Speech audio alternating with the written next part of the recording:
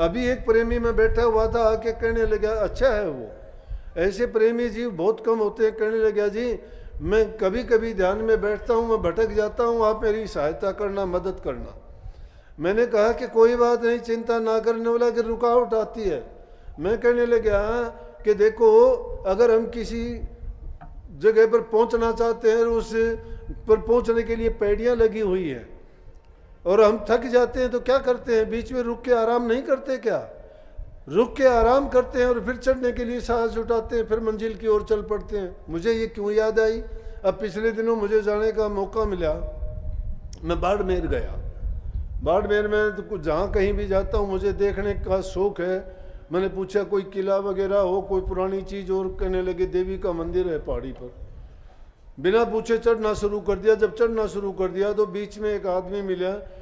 महा भाई कितनी लंबी होंगी कुछ पेड़ी चढ़ने के बाद? बोला जी 501 पेड़ी हैं। महा काम तो कर लिया मुश्किल, फिर चलो अब तो नीचे भी नहीं जा सकते, ऊपर ही चलना होगा। उन पेड़ियों पर चढ़ते चढ़ते क्या हुआ, पेड़ियों पर जब गए बीच में थक गए तो वहाँ रुक गए। थोड़ा रुकने के बाद में फिर चला तो शरीर में फिर ताकत आ गई। इसीलिए मुझे ये ख्याल आया कि भक्ति करते हुए भी ऐसी अड़चनें आध्यात्मिक दर्जों के बीच में आती हैं। बहुत चीज़ें भटकाने वाली हैं, बहुत चीज़ें प्रलोभन देने वाली हैं। कभी शरीर में दर्द होता है, कभी मन तुम्हें कहता है कि आज नहीं फिर कर लेना, कभी आलस आ जाता है, तो कभी नींद घेर लेती है, तो कभी संसारी कामों के कारण हम अपने वक्त पर काम नहीं कर पाते हैं। ये चीज़ें सारी मन पैदा करता है, बाधा डालने के लिए माया के जाल और खेल हैं। अभ्यासियों को चाहिए कि उनको दरकिनार कर देना चाहिए। मैं कहता हूँ शरीर में कितनी थकावट हो, कितनी भूख हो, कोई भी चीज़ हो, सब चीज़ों की पूर्ति उस नाम के द्वारा हो जाएगी। लेकिन अपने नेम से, अपने टेम से कभी चूक ना करो। चाहे तुम्हें और लाख कामों के लिए टाइम निकाल लेते हो, प्रभु भक्ति के लिए टाइम क्यों नहीं निकालते? और उसमें अगर तुमने एक बार भी थोड़ी सी ढिलाई दिखाई और निर्बलता, दुर्बलता तुम्हारी साबित होगी, तो मन तुम्हें फिर नहीं फटकने देगा, फिर आगे नहीं बढ़ने देगा। लेकिन अगर इन चीज़ों का होना भी जरूरी है। कभी कभी जीव के लिए बाधाएं नाम के जपने में, अभ्यास के करने में आनी चाहिए। जब वो बाधाएं आती हैं तो उसको दुख होता है कि पहले ये होता था, अब क्यों नहीं होता। जब उसको ऐसा होता है तो उसकी लगन बहुत ज़्यादा लगती है। कुछ लोग ऐसे होते हैं कि जो बेचारे बैठते हैं सुमरण के लिए, ध्यान के लिए, उनको पता नहीं होता। ध्यान भी करते हैं तो फिर क्या होता है कि उनका मन नहीं लगता। मन नहीं लगता तो वो उठ लेते, कहते हैं कि मन लगता ही नहीं है। लेकिन मन जब हट करता है तो तुम भी मन के साथ हट किया करो। मन तुम्हें कहता है उठ ले या ना बैठ, या उसमें टिकने नहीं देता, और कुछ मन में आने शुरू हो जाते हैं विचार और ख्यालात, जिनको हम गुनाउन कहते हैं। गुनाउन वो हैं जो हमें उस रास्ते पर चलने से रोक के और दूसरी संसारी चीज़ें याद दिलाते हैं। तो उन चीज़ों को दरकिनार करके इस मन को घेर फेर के फिर दोबारा उस सुमन की तरफ लेके आया करो। या कुछ लोग ये कह देते हैं कि जी बैठता ध्यान में हूँ, लेकिन उसके बाद में पता नहीं नींद आ जाती है या ध्यान होता है या क्या होता है, फिर उठता हूँ तो मैं सोचता हूँ कि तेरी कि मुझे तो नींद आ गई। मैं कहता हूँ ये चिंता करने की ज़रूरत नहीं। जब नाम के अभ्यास के लिए तुम बैठ जाते हो और तुम्हें नींद आ जाती है, तुम्हारा सारा समय वो ध्यान में गुजरता है। जब भी जो इंसान ये सोचता है मैं कुछ नहीं करता हूँ, इसका मतलब वो सब कुछ करता है, क्योंकि उसको पश्चाताप है कि मुझे जो करना चाहिए वो नहीं करता। क्या नहीं करता? कि मैं नाम नहीं जपता, मैं गुरु का चोर हूँ, नाम का चोर हूँ, मैं अपने मन के कहे में चलता हूँ, मैं मनमुख हूँ, गुरुमुख नहीं हूँ। ये बातें जब उसके मन में आती हैं तो समझो कि उसकी तो लो तो नाम की तरफ ही लगी हुई है। वो तो अब भी अपने मन को हराने की कोशिश करता है। अब भी उसने गुरु को, नाम को, उन चीज़ों को ही सन्मुख रखा हुआ है। वो चीज़ें उसको पश्चाताप है। जिसको मन में ऐसा पश्चाताप आता है, समझो उसको सच्ची लगन लगी हुई है। और जब लगन जिसको लग जाती है तो वो निश्चित रूप से अपनी मंजिल को जरूर पाता है। उसको रोकने वाला, टोकने वाला कोई नहीं होता। तो ये चिंता ना किया करो। और ध्यान में बैठते हो, आलस आता है, निद्रा आ जाती है, निद्रा नहीं है वो। ध्यान के भी अलग तरीके हैं। जब भी उठोगे तुम्हें पता ही नहीं होगा कि तुम्हें पता नहीं था कि नींद थी, तुम्हें पता नहीं ध्यान था, तुम्हें पता नहीं स्वप्न था, तुम्हें पता नहीं जागृत अवस्था थी। अरे जीव की तो 3 अवस्था है, जागृत है, स्वप्न है, सुषुप्ति है, और तुम्हें उसमें किसी भी अवस्था का पता ही नहीं है क्या अवस्था रही तुम्हारी उस टाइम में। इसका मतलब है कि तुम्हारी वो शून्य समाधि थी, क्योंकि तुम जिस मकसद को लेके बैठे थे उसी मकसद में तुम चित्त हो गए, शून्य हो गए तुम। उसी में शून्य हो जाना ही नाममय हो गए, उसमें लय हो गए। जब नाम में तुम इतने ओतपोत हो जाते हो तो ये धोखा करने की जरूरत, मन में धोखा देने की या ये करने की जरूरत नहीं है कि भ्रम करने की कि मैं कुछ नहीं कर पाया। अच्छी चीज़ है, पश्चाताप रहता है उसके पीछे। जितना पश्चाताप रहेगा आपको आगे बढ़ने के लिए कहेगा। लेकिन इनके साथ साथ अपने नियमों को, जो हमारे इस मत को चलाने वाले स्वामी जी महाराज थे, सूरज शब्द योग को इतना सरल करके बताया, लेकिन उनके साथ जो नियम बताए उनका भी पालन करो। बसंत पंचमी का मतलब यह है कि इस बसंत ऋतु तो क्या ये मनुष्य का शरीर मानो, और पंचमी जो 5 चोर हैं उनको हराने का प्रयास करो। इंसान को वही भटकाते हैं, वो मन के एजेंट बन के काम करते हैं। किसी को काम लूटता है, किसी को क्रोध लूटता है, किसी को लोभ लूटता है, तो किसी को मोह लूट लेता है। और सबसे बड़ा दुश्मन इस जीव के लिए अहंकार है। अहंकार किसी भी चीज का होता है, किसी को धन का होता है, किसी को बल का होता है, किसी को पद का होता है, किसी को कुल का होता है, किसी को ऊंची जाति का होता है। इसीलिए सतगुरु के सामने जाके बलिहार जाना। क्यों कहीं कभी सामने बलिहारी गुरुदेव की जिन दिया भरम गढ़ तोड़। अरे उस गुरु के बलिहार जाओ, उस गुरु के सामने अपने सब बलों को हार जाओ। ना धन का बल, ना जाति का बल, ना शरीर का बल, ना मन का बल, ना बुद्धि बल। इन बुद्धि बलों को, मन बलों को, धन बल को, इनको सब बलों को गुरु के सामने जाके अपने आप को कंप्लीट सरेंडर कर दो, समर्पण कर दो गुरु के। गुरु के समर्पण करने का मतलब बताया तो जाता है कि गुरु के जब समर्पण होते हो तो तुम्हारा तन, तुम्हारा मन, तुम्हारा धन तुम्हारा नहीं है। इन सारी चीजों को गुरु की आज्ञा के बिना अगर तुम बरतते हो, करते हो, तो वो नादानी है तुम्हारी।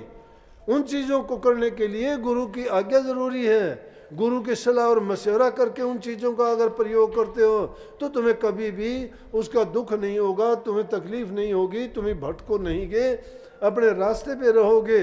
और धीरे धीरे करके तुम अपनी जिस रास्ते पे चले हो उसमें बढ़ते ही चले जाओगे, बढ़ते ही अच्छे आगे से आगे बेहतर होते चले जाओगे।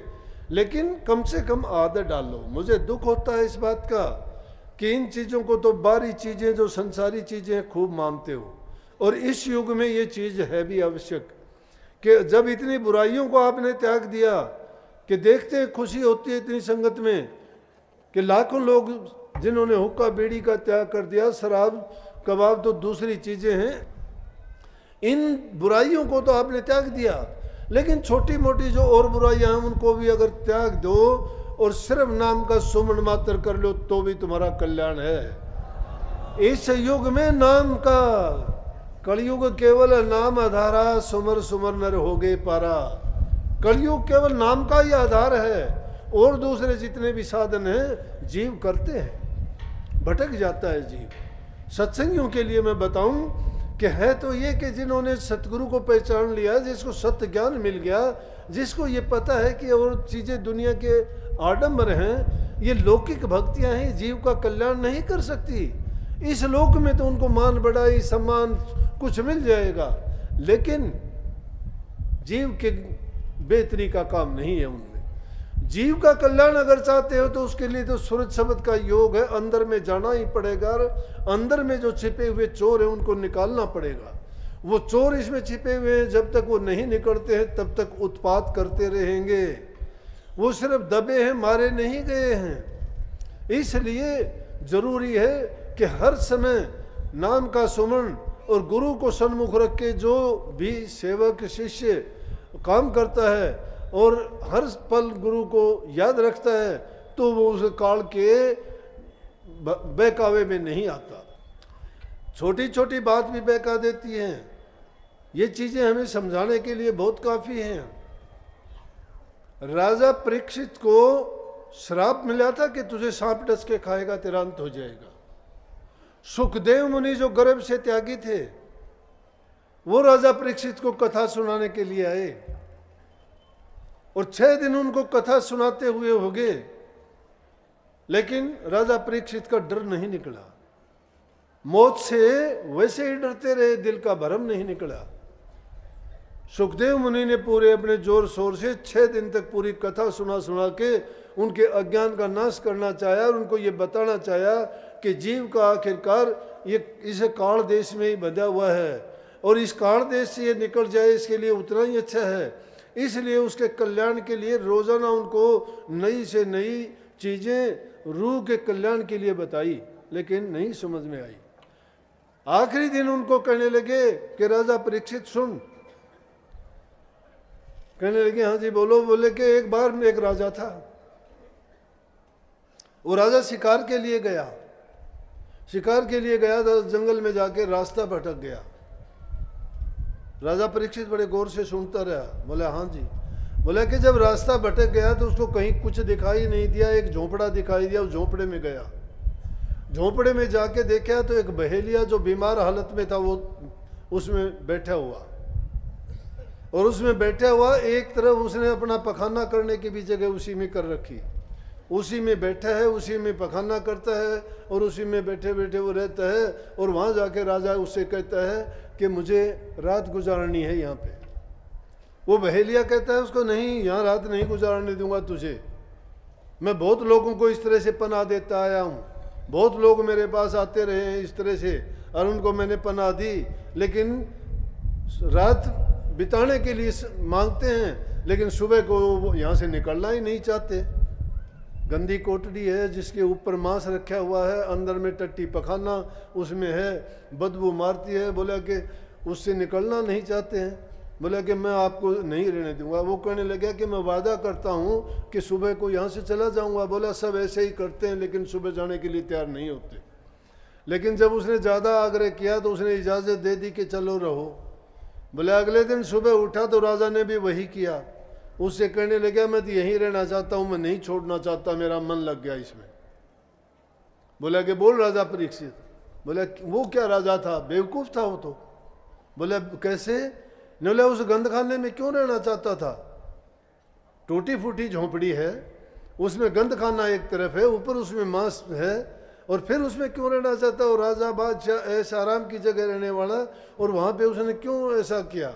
ये उसकी जिद ने बोला नाकाम थी। बोला कि लेकिन वो राजा कौन था? सुखदेव मुनि जी से कहने लगे। बोला कि वो राजा तू है। बोला मैं कैसे हूँ? बोला इंसान और है क्या? इंसान है क्या? सब इंसान इस गंदी कोठरी में यूं ही रहना चाहते हैं, इसको छोड़ना नहीं चाहते। तू भी शरीर से बाहर नहीं जाना चाहता जबकि तेरा दिन आखिरी वक्त आ चुका है, और तू कहता है कि मैं शरीर को, ये हार्ट का पिंजरा इसमें है क्या? ये रूह बेचारी कैद है, इसी में गंद खाना भरा है, इसमें मांस मिट्टी ऊपर रखी हुई है, झोंपड़ा है ये। इस झोंपड़े को तो आग ही लगानी पड़ती है, लेकिन रूह तो यहाँ कैद है इसमें। और ये बात सुनी राजा परीक्षित का भरम जाता रहा, और वो 7वें दिन तैयार हो गया कि अब मैं निर्भय हूँ, अब मुझे कोई परवाह नहीं, अब मैं इस दुनिया को छोड़ देना चाहता हूँ कि वाकई में ये रूह इस दुनिया में दुखी है, कैद है। ये तो जिस प्रकार से दूसरी योनियों में, गंदी योनियों में जीव रहते रहते उसको ये उस योनि का ये आनंद और मज़ा आना शुरू हो गया, वो उसको छोड़ना भी नहीं चाहता है किसी भी हालत में। लेकिन ये मनुष्य का शरीर जो मिला है, इसमें ज्ञान, समझ, विवेक है। इसको ये पता होना चाहिए हम सबसे उत्तम हैं। मनुष्य, परमात्मा ने दूसरा दर्जा खुद के बाद में इंसान को ही दिया है, और उसको इसीलिए दिया है कि ताकि, क्योंकि उसका ये वादा था कि जीवों को कोई वो खुल के ना बताएं कि वो क्यों ऐसे आए और क्यों यहाँ से जाएं। लेकिन इन पर दया करके उन्होंने संतों को इसलिए भेजा कि उनकी भेजी हुई रूहों को यहाँ बड़ा कष्ट और दुख होता है, लेकिन हम यहाँ रहते रहते ऐसे सह गए कि हम इसी को सत्य मान के इसी में रहना और इसी में जीना चाहते हैं। इस रूह को जो दुख है उसको नहीं मानते, शरीर के सुखों के लिए हर काम करते हैं। लेकिन संतों ने जो नाम की बख्शिश की है, संत जो इस जीव को देते हैं, वो नाम का हीरा है।